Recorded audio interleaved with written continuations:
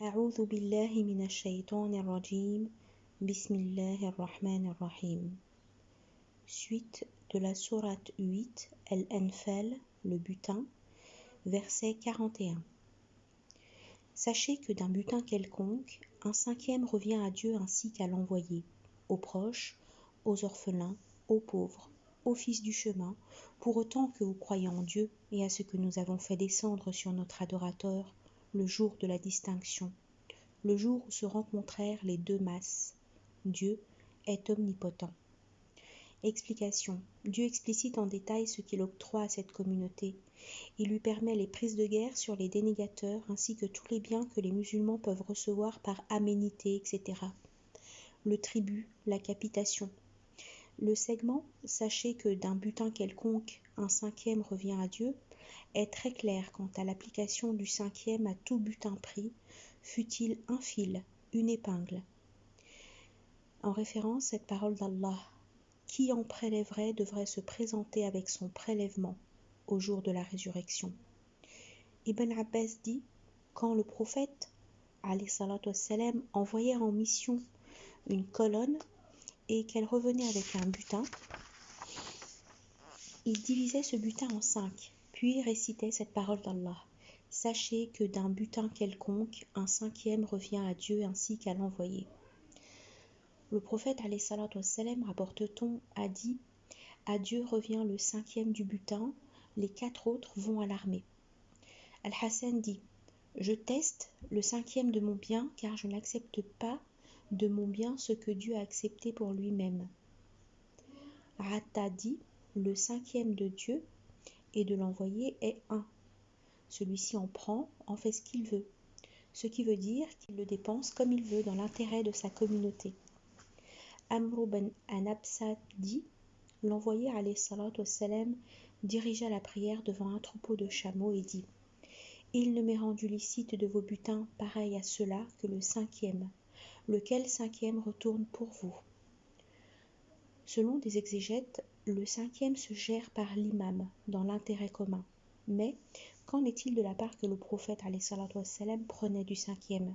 À qui revient-elle de droit après la disparition du prophète alayhi salatu wassalam? À ce propos, des avis différents sont avancés. Premièrement, cette part ira à l'émir qui vient après lui. Deuxièmement, elle sera gérée dans l'intérêt des musulmans. Et troisièmement, elle est versée en catégories sociales, les proches, les orphelins, les pauvres, les fils du chemin, etc. Les orphelins dont il s'agit sont les orphelins des musulmans. Le fils du chemin est celui qui part en voyage où la prière se raccourcit, mais qui n'a pas quoi dépenser durant son voyage. Le segment, pour autant que vous croyez en Dieu et à ce que nous avons fait descendre sur notre adorateur, signifie « Conformez-vous à notre prescription du cinquième du butin, si vous croyez en Dieu, au jour dernier et à ce qui est descendu sur l'envoyé, alayhi salatu wassalam. » L'envoyé, alayhi salatu wassalam, rapporte-t-on, a dit à la délégation des Abd al-Qaïs, « Je vous ordonne la croyance en Dieu. Savez-vous ce qu'est la croyance en Dieu? C'est attester qu'il n'est de Dieu que Dieu, et que Muhammad est son envoyé, accomplir la prière, acquitter l'aumône légale, et que vous remettiez le cinquième du butin. » Le segment, le jour de la distinction, le jour où se rencontrèrent les deux masses, rappelle aux croyants son bienfait quand il a fait distinguer le vrai du faux à Badr. Ainsi Dieu définit-il ce jour, parce qu'en ce jour il a porté haut la parole de la croyance. Khalid a dit, la nuit de la distinction est la nuit précédant le matin de la rencontre des deux masses, la nuit du vendredi, suivant les 17 nuits déjà passées du mois de Ramadan. Verset 42. Lors vous étiez sur la pente la plus proche, eux sur la pente la plus lointaine, et la caravane en contrebas de vous. Même si vous aviez voulu convenir d'une rencontre, vous auriez manqué au rendez-vous. Mais assurément, Dieu tranche d'un destin déjà décidé, en sorte que périsse sur preuve celui qui devait périr, et vive sur preuve celui qui devait vivre. Verset 42. Lors vous étiez sur la pente la plus proche, eux sur la pente la plus lointaine, et la caravane en contrebas de vous. Même si vous aviez voulu convenir d'une rencontre, vous auriez manqué au rendez-vous. Mais assurément, Dieu tranche d'un destin déjà décidé en sorte que périsse sur preuve celui qui devait périr, et vive sur preuve celui qui devait vivre. Dieu est entendant, connaissant. Explication. Dieu informe sur ce jour de la distinction, c'est-à-dire d'abord sur la position des croyants et des associants. Les premiers se trouvaient alors sur la pente la plus proche par rapport à Médine, les autres étaient sur la plus éloignée par rapport à Médine, en direction de la Mecque. La caravane des marchandises se trouvait, elle, tout près du bord de la mer. La deuxième partie du verset 42 se comprend ainsi. Si vous vous étiez donné rendez-vous et que vous aviez su le nombre de leurs guerriers, vous ne les auriez pas rencontrés. Mais Dieu a voulu affermir l'islam ainsi que les siens et humilier les adeptes de la science, selon Ibn Ishaq. Ce jour-là, l'envoyé alayhi salatu wassalam était sorti avec ses compagnons avec pour objectif de s'emparer de la caravane, mais Dieu avait un autre plan. Ibn Jarir dit, Abu Sufyan était parti de Syrie avec la caravane. Abu Jahl était sorti avec les guerriers pour le protéger de l'envoyé alayhi salatu wassalam et ses compagnons. Et alors, il eut la rencontre des deux masses, sans que l'une ne sentit l'arrivée de l'autre. Abu Sufyan envoya dire aux Qurayshites, Dieu a sauvé vos chameaux, vos biens et vos hommes. Faites demi-tour. Mais Abu Jahl dit, par Dieu, on ne fera pas demi-tour. Nous atteindrons d'abord Badr. On s'y installera 3 jours. On y mangera et on y boira du vin. On y entendra la musique jouée par les esclaves chanteuses. Ainsi, les Arabes entendront parler de nous et de notre expédition. Ainsi, ils nous craindront pour longtemps. Quant à l'envoyé, alayhi salatu wassalam, il avait dit à son arrivée, « Voici là ce que la Mecque vous lance, les fruits de ses entrailles. » Le segment, en sorte que périsse sur preuve celui qui devait périr et vive sur preuve celui qui devait vivre, signifie en sorte que dénie celui qui est déjà dénégateur, après avoir vu concrètement la preuve éclatante, le signe divin, l'exemple divin, et croit celui qui est déjà croyant. Dieu dit donc, croyants, je vous ai réunis avec vos ennemis en un lieu et sans rendez-vous convenu, afin de vous donner la victoire, porter haut la parole du vrai, et pour que les choses soient claires, les arguments bien éclatants. Après cela, celui qui veut continuer dans la dénégation, qu'il continue, mais maintenant en toute connaissance de cause, et celui qui veut continuer de croire, qu'il continue, mais maintenant en toute connaissance de cause.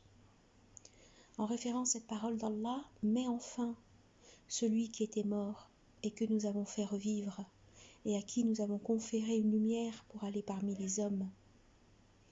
Le segment « Dieu est entendant, connaissant » signifie « Dieu entend vos invocations, vos implorations de secours.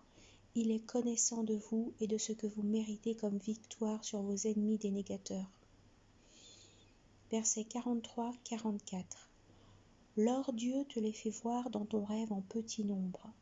S'il te les avait fait voir nombreux, sûr que vous auriez molli, vous vous seriez disputé sur la décision à prendre. Mais Dieu vous épargna cela. Il est connaissant de l'être des poitrines. Lors il vous les fait voir, lors de la rencontre, peu nombreux, et il vous amoindrit au leur, cela pour que Dieu tranche d'un destin déjà décidé. C'est à Dieu que de toutes choses il est fait retour. Explication. Mujahid dit, Dieu les a fait voir peu nombreux au prophète alayhi salatu wassalam, dans son rêve. Celui-ci en informa ensuite ses compagnons. Dieu avait procédé ainsi pour les affermir. Le segment, s'il te les avait fait voir nombreux, sûr que vous auriez molli, signifie, si Dieu avait fait cela, vous auriez lâché devant eux pour vous diviser ensuite, mais Dieu vous épargna cela, en vous les montrant peu nombreux. Le segment, Il est connaissant de l'être des poitrines signifie Dieu connaît bien ce qu'enveloppent les pensées et cache les cœurs, les entrailles. En référence à cette parole d'Allah, il sait la trahison des yeux et le recel des poitrines.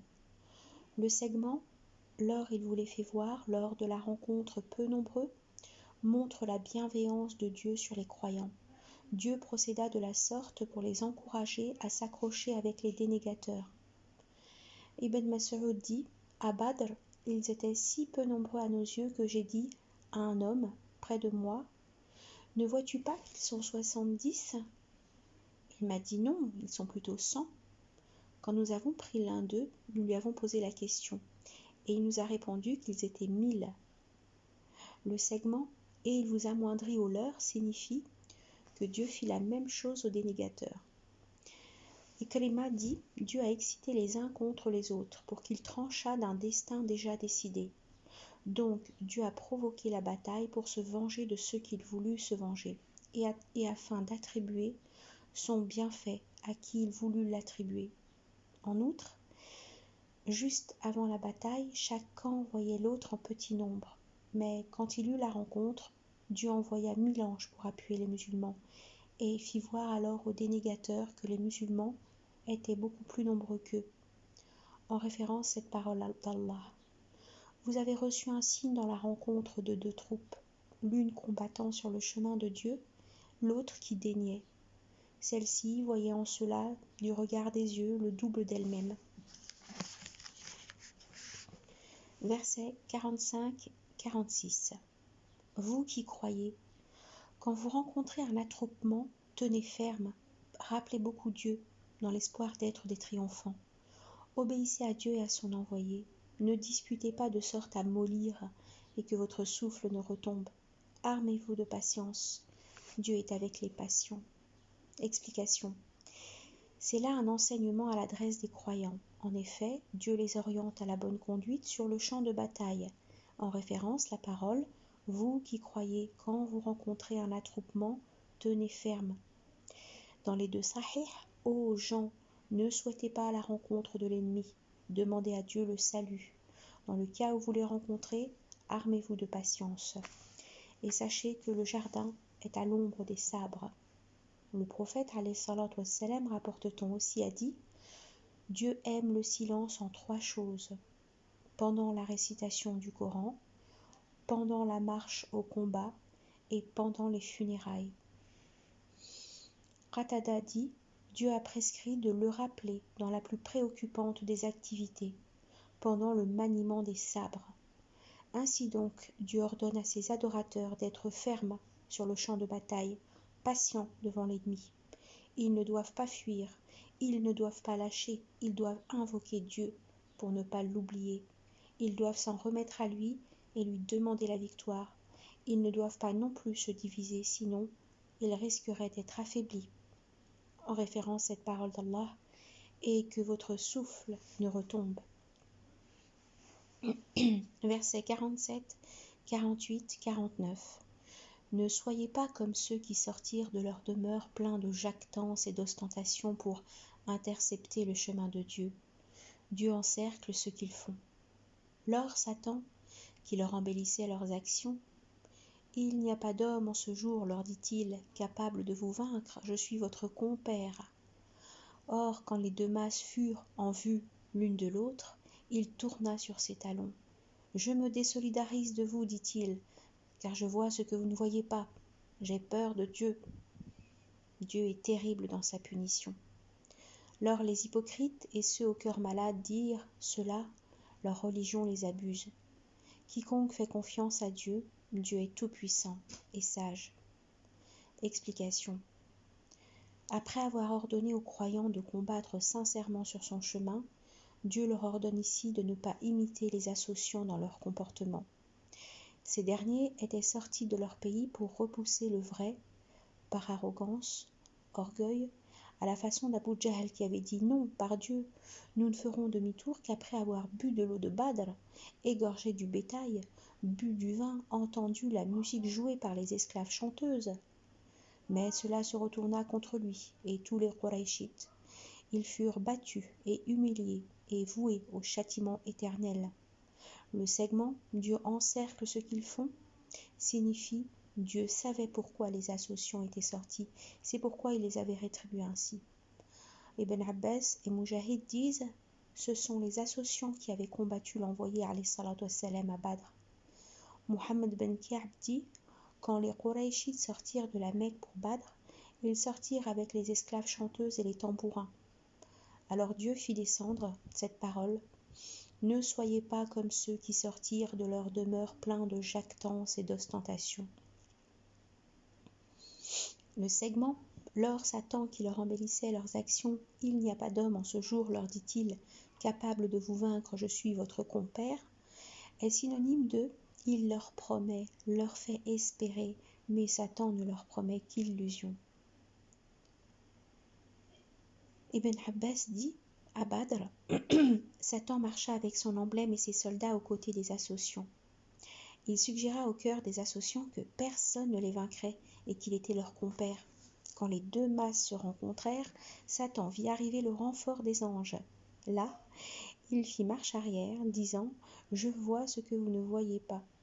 À ce sujet, Satan a menti, dit-on, non parce qu'il craignait Dieu, mais parce qu'il a su qu'il n'y avait aucune force capable de s'opposer à l'apport des anges. Cela est d'ailleurs la conduite constante de Satan quand le vrai rencontre le faux, en référence à cette parole d'Allah, telle la semblance de Satan quand il dit à l'homme « Dénie ».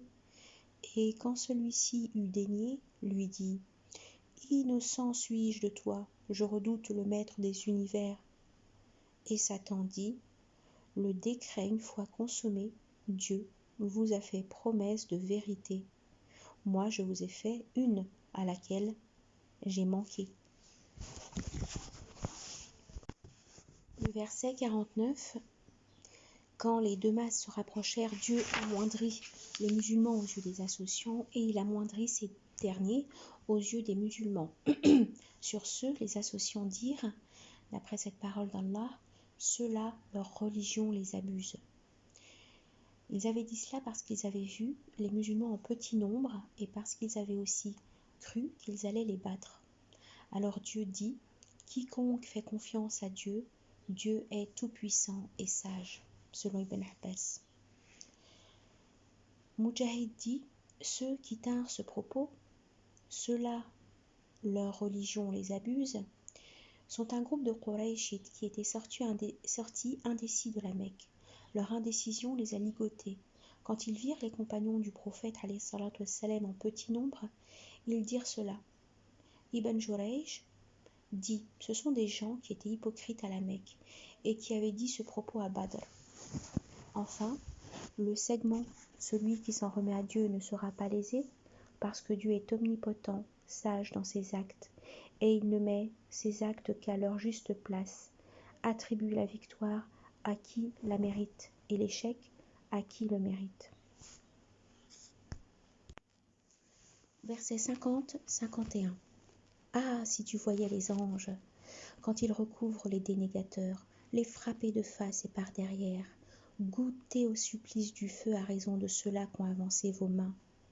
Dieu n'est pas enclin à l'injustice envers les adorateurs.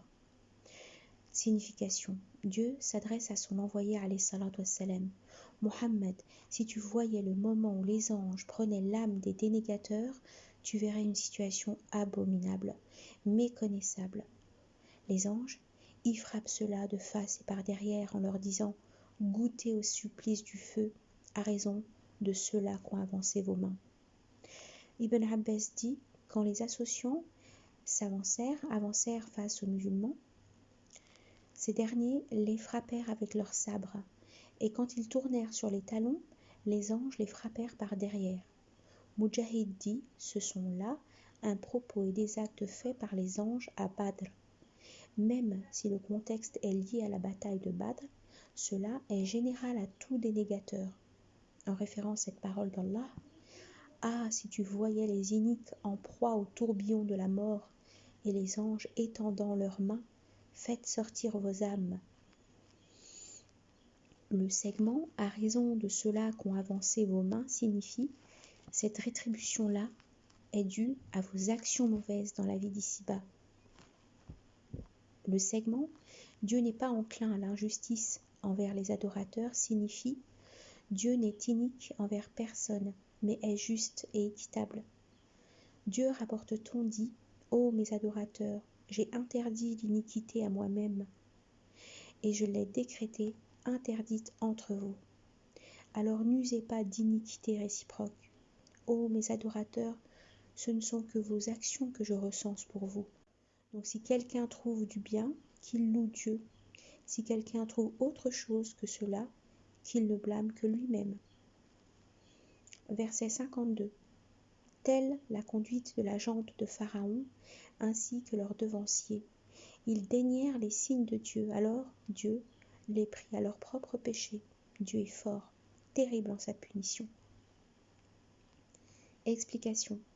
Ce que font ces associants du message au Muhammad ressemble à ce que les nations anciennes avaient commis. Ces nations subirent alors par la suite notre loi, comme la gente de Pharaon, ainsi que d'autres. Le segment « Alors Dieu les prit à leur propre péché » signifie la perte de ces nations était due au péché qu'elles commettaient. Le segment « Dieu est fort, terrible en sa punition » signifie personne ne peut le vaincre ou échapper à sa punition. Versets 53-54. Cela parce que jamais Dieu ne transforme le bienfait par lui accordé à un peuple sans que ce dernier ne se transforme lui-même. Dieu est entendant, connaissant. Telle est la conduite de la gente de Pharaon, ainsi que leurs devanciers. Ils démentirent les signes de leur maître. Alors, nous les anéantîmes par leurs propres péchés. Nous engloutîmes le peuple de Pharaon. Tous étaient des iniques. Explication. Dieu informe sur sa justice qui est parfaite. À aucun il ne modifie le bienfait octroyé, sauf à cause d'un péché commis. En référence à parole, Dieu ne modifie pas l'état d'un peuple qui ne l'ait modifié de leur propre chef. La gente de Pharaon et ses semblables ont subi les effets de cette modification parce qu'elles ont péché, démenti ces signes. Dieu n'avait pas usé d'iniquité contre elles. C'était leur iniquité qui les a menées à leur destruction, leur perte. Versets 55, 56, 57. La plus vile des bêtes pour Dieu, ce sont les dénégateurs, parce qu'ils ne croient pas. Ceux de qui tu as requis un pacte, mais qui le rompent à chaque fois, loin de se prémunir, en conséquence, ou bien accroche-les à guerre ouverte et repousse par cet exemple leur émule. Peut-être vont-ils réfléchir. Explication. C'est là une information divine qui dit que les plus vils des êtres qui se déplacent sur la terre sont ceux qui dénient. À chaque fois qu'ils signent un pacte, ils le violent. Chaque fois qu'ils le confirment avec une formule de croyance, ils le piétinent aussitôt après, sans craindre Dieu. Le verset 57, « Fais-leur la guerre, et si tu les bats, inflige-leur une punition sévère, afin que tes autres ennemis, arabes ou non, soient avertis et te craignent. » Verset 58. Ou bien tu redoutes fortement d'un peuple quelque traîtrise, alors prends sur lui les devants de la rupture pour rétablir l'égalité. Dieu n'aime pas ceux qui trahissent. Explication. Dieu recommande à son envoyé de se conduire ainsi avec le peuple qui a un pacte avec lui et qui guette la moindre occasion pour manquer à la parole donnée. Le segment « Alors prends sur lui les devants de la rupture pour rétablir l'égalité » signifie « Annonce-lui la rupture du pacte pour que vous soyez tous deux égaux quant à l'information et pour qu'il sache comme toi que vous êtes en état de guerre. Car Dieu n'aime pas ceux qui trahissent, tant chez les dénégateurs que chez les musulmans. » Salim ben Amr dit « Muawiyah se déplaçait dans le territoire des Byzantins parce qu'il y avait entre eux et lui un délai. Alors, il voulut se rapprocher d'eux, projetant de lancer sur eux une expédition à l'expiration du délai. Seulement voilà, un vieillard sur une monture dit « Dieu est grand, fidélité et non traîtrise. » L'envoyé alayhi salatu wassalam a dit « Quiconque a un pacte entre lui et un peuple ne doit pas délier le nœud ou le serrer, et cela jusqu'à la fin du délai ou bien il doit prendre sur lui les devants de la rupture pour rétablir l'égalité. Cela parvenant à Muawiyah, celui-ci fit machine arrière. Ce vieillard-là était Amr ben Anbasa. Versets 59-60. Que les dénégateurs ne pensent pas avoir pris de l'avance, ils ne nous réduiront pas à l'impotence. Préparez contre eux ce que vous pouvez réunir comme force et comme chevaux pour épouvanter l'ennemi de Dieu, le vôtre, et outre cela, d'autres que vous ne connaissez point, mais que Dieu connaît. Quoi que vous dépensiez sur le chemin de Dieu, cela vous sera acquitté, sans que vous subissiez la moindre injustice. Le verset 59 est synonyme de « Où pensent-ils nous échapper, ceux qui pratiquent les choses mauvaises ? Mauvais serait leur jugement. Ne tiens pas les dénégateurs pour invincibles sur la terre. Leur asile sera le feu, exécrable destination. Qu'elle ne te donne pas le change, l'agitation des dénégateurs par la contrée, piètre jouissance, après quoi leur asile sera la géhenne, ô détestable couche. Le segment, préparez contre eux ce que vous pouvez réunir comme force et comme chevaux. Commande aux musulmans de préparer selon les capacités les armes et les chevaux pour que cela terrorise les ennemis et les tienne en respect. L'envoyé, alayhi salatu wassalam, rapporte-t-on, a dit « Préparez contre eux ce que vous pouvez réunir comme force. » La force, c'est le tir. La force, c'est le tir. L'ennemi de Dieu signifie les dénégateurs. C'est les dénégateurs tandis que les autres sont les Banu Quraïda, selon Mujahid. C'est la Perse, selon As-Suddi. C'est les hypocrites, selon Muqatil. Ce dernier avis est conforté par cette parole d'Allah. Parmi les Bédouins qui vous entourent, il est des hypocrites, et parmi les Médinois, des endurcis dans l'hypocrisie. Tu ne les connais pas, nous les connaissons. Le segment, quoi que vous dépensiez sur le chemin de Dieu, cela vous sera acquitté, sans que vous subissiez la moindre injustice. Cela dit avec clarté que toute dépense pour le combat sur le chemin de Dieu est rétribuée d'un salaire magnifique. En référence à cette parole d'Allah, la semblance de ceux qui font dépense de leurs biens sur le chemin de Dieu est celle d'un grain dont poussent 7 épis, chacun portant 100 grains. Dieu opère cette multiplication pour qui il veut. Il est immense, connaissant. Versets 61, 62, 63. En revanche, s'il penche pour la paix, penche-y toi aussi et fais confiance à Dieu. C'est lui l'entendant, le connaissant. S'ils veulent te duper, qu'il te suffise de Dieu, lui qui t'a déjà soutenu de son aide victorieuse et des croyants, à qui il a mis entre leurs cœurs tellement d'affinité. Aurais-tu fait dépense de ce qui est sur la terre, dans sa totalité? Tu n'aurais pu les lier ainsi, mais c'est bien Dieu qui les a rendus affinitaires. Il est tout-puissant, sage. Explication.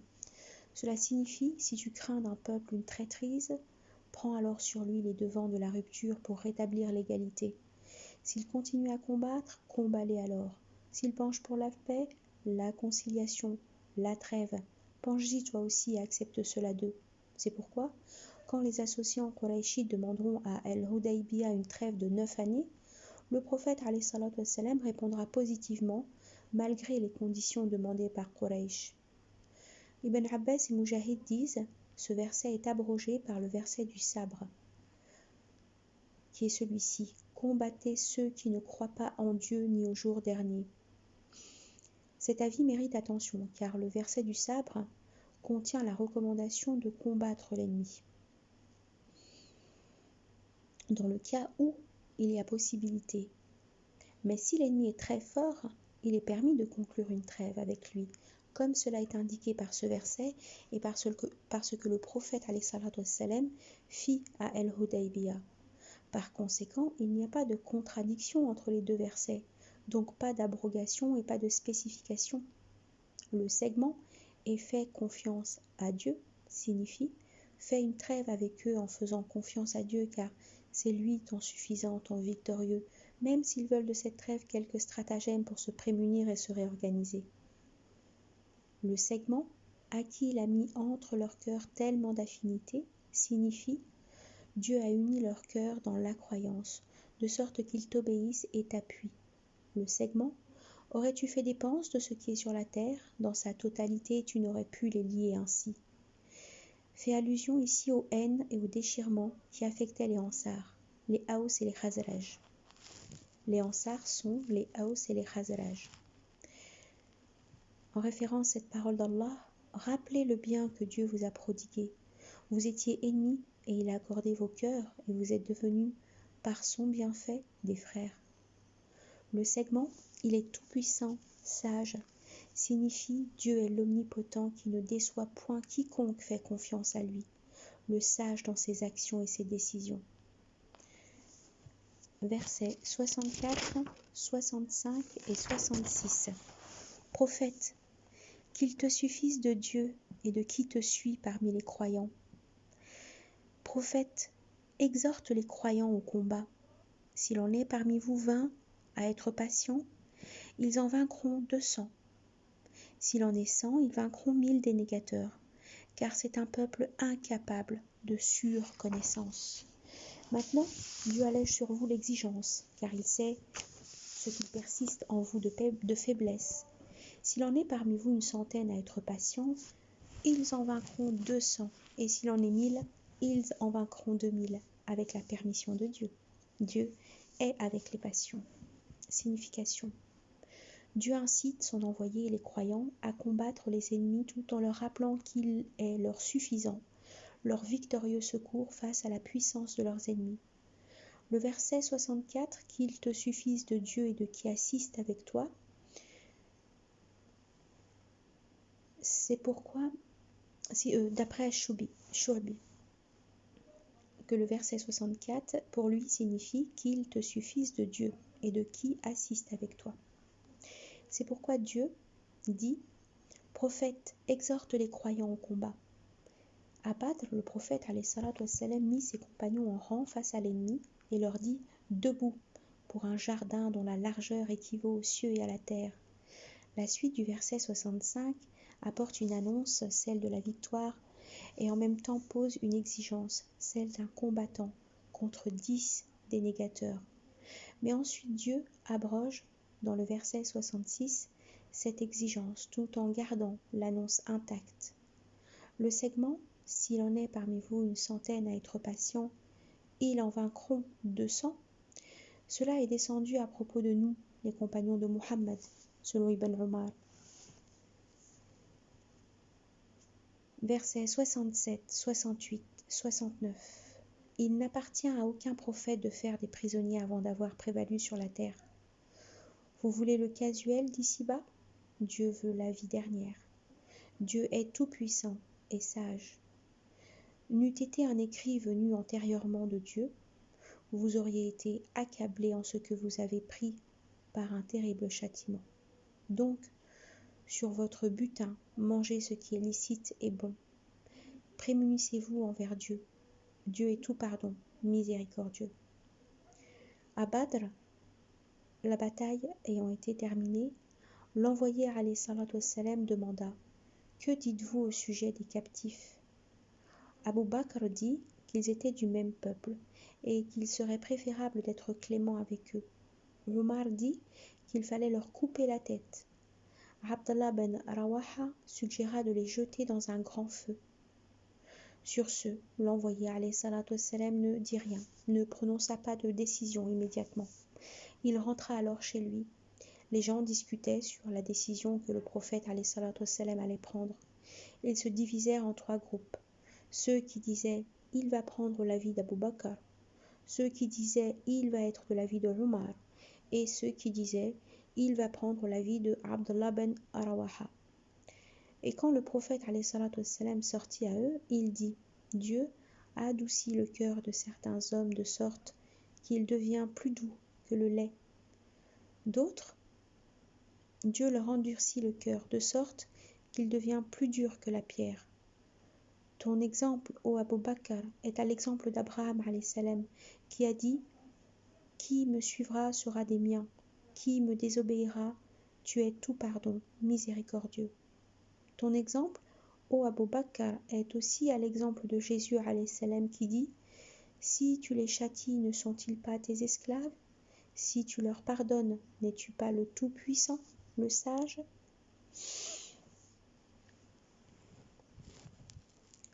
Quant à toi, ô Omar, le tien est à l'exemple de Moïse, alayhi salam, qui dit « Notre maître efface leur richesse, endurcit leur cœur, et qu'ils ne croient pas qu'après avoir vu le châtiment de douleur. » S'agissant de toi, ô Abdallah, le tien est à l'exemple de Noé, alayhi salam, qui dit « Maître, ne laisse aucun des dénégateurs recevoir gîte sur la terre.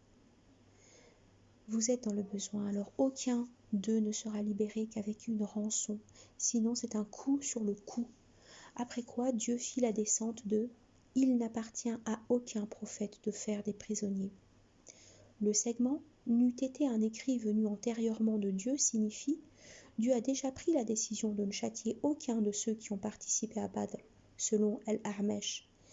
Ils ont un pardon selon Mujahid. Il s'agit de ce qu'il y a dans la mer du livre. Le butin et les captifs sont à eux, selon Ibn Abbas. Le segment « Vous auriez été accablés en ce que vous avez pris par un terrible châtiment » signifie « La cause de ce châtiment aurait été la prise des captifs. » Le prophète, alayhi salatu wassalam, rapporte-t-on, a dit « On m'a donné 5 choses qui n'ont pas été données à aucun des prophètes avant moi. J'ai reçu assistance par la terreur durant une marche d'1 mois. La terre m'a été instituée un lieu de prière, un lieu purifié. Le butin m'a été rendu licite, alors qu'il ne l'était à aucun avant moi. On m'a donné l'intercession, et je suis envoyé aux hommes dans leur totalité, alors qu'avant le prophète était envoyé à son peuple. » Versets 70-71. Prophète, dis à ceux tombés prisonniers en vos mains, si Dieu discerne quelque bien dans votre cœur, il vous apportera mieux que ce qui vous aura été pris. Il vous pardonnera. Dieu est tout pardon, miséricordieux. S'ils veulent te trahir, ils ont trahi Dieu naguère, et c'est pourquoi il les a livrés. Dieu est connaissant, sage. Explication. Au jour de Badr, rapporte-t-on, l'envoyé alayhi salatu wassalam a dit « Je sais qu'il y a des hommes parmi les Banu Hashim, ainsi que d'autres qui ont été contraints de sortir. Ceux-là n'ont pas d'intérêt à nous combattre. Si l'un d'entre vous rencontre l'un d'eux, qu'il ne le tue pas. Si on rencontre Al-Bukhturi ben Hashim, on ne le tue pas.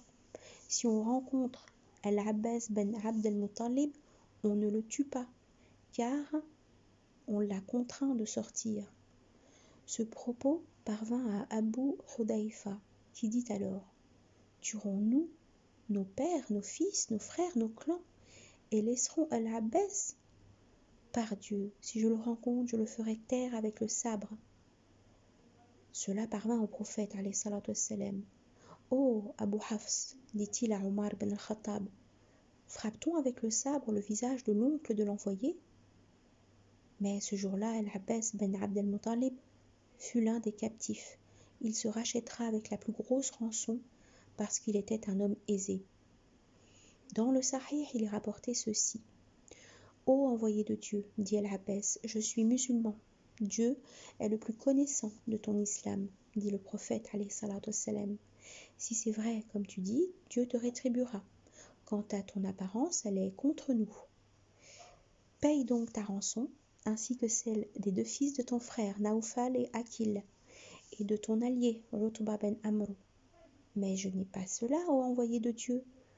Et où est le bien que tu as enterré, toi et al-Fadl ? Par Dieu, envoyé de Dieu, je sais bien que tu es l'envoyé de Dieu. Cette chose n'est connue de personne, sauf de al-Fadl et de moi. Prends donc en compte, en ce qui me concerne, ô envoyé, ce que vous trouvez sur moi. 20 uqya, c'est le bien qu'on a trouvé sur moi. Non, dit le prophète, cela est une chose que Dieu nous a donnée. Alors, Al-Abbas paya la rançon pour lui-même, ses 2 neveux et son allié. Après quoi, il eut descente de cette parole d'Allah. Prophète, dis à ceux tombés prisonniers en vos mains, si Dieu discerne quelque bien dans votre cœur, il vous apportera mieux que ce qui vous aurait été pris. Il vous pardonnera. Dieu est tout pardon, miséricordieux. Al-Abbas dira plus tard à ce propos, Dieu m'a ordonné à la place des 20 Uqriya, 20 serviteurs pour mon islam. Selon Ibn Jarir, Al-Abbas a dit, c'est à mon sujet qu'il eut la descente de il n'appartient à aucun prophète de faire des prisonniers avant d'avoir prévalu sur la terre. J'avais alors informé le prophète ﷺ de mon islam et je lui avais demandé de prendre en compte en ce qui me concernait les 20 Uqriya qu'on m'avait déjà prises, mais il avait refusé. Alors Dieu me les fit remplacer par 20 serviteurs. Ibn Abbas dit, ils ont dit au prophète ﷺ, nous croyons en ce que tu as apporté et nous attestons que tu es l'envoyé de Dieu et nous allons conseiller cela à notre peuple. Alors il eut la descente de cette parole d'Allah, si Dieu discerne quelque bien dans votre cœur, il vous apportera mieux que ce qui vous aura été pris. Il vous pardonnera.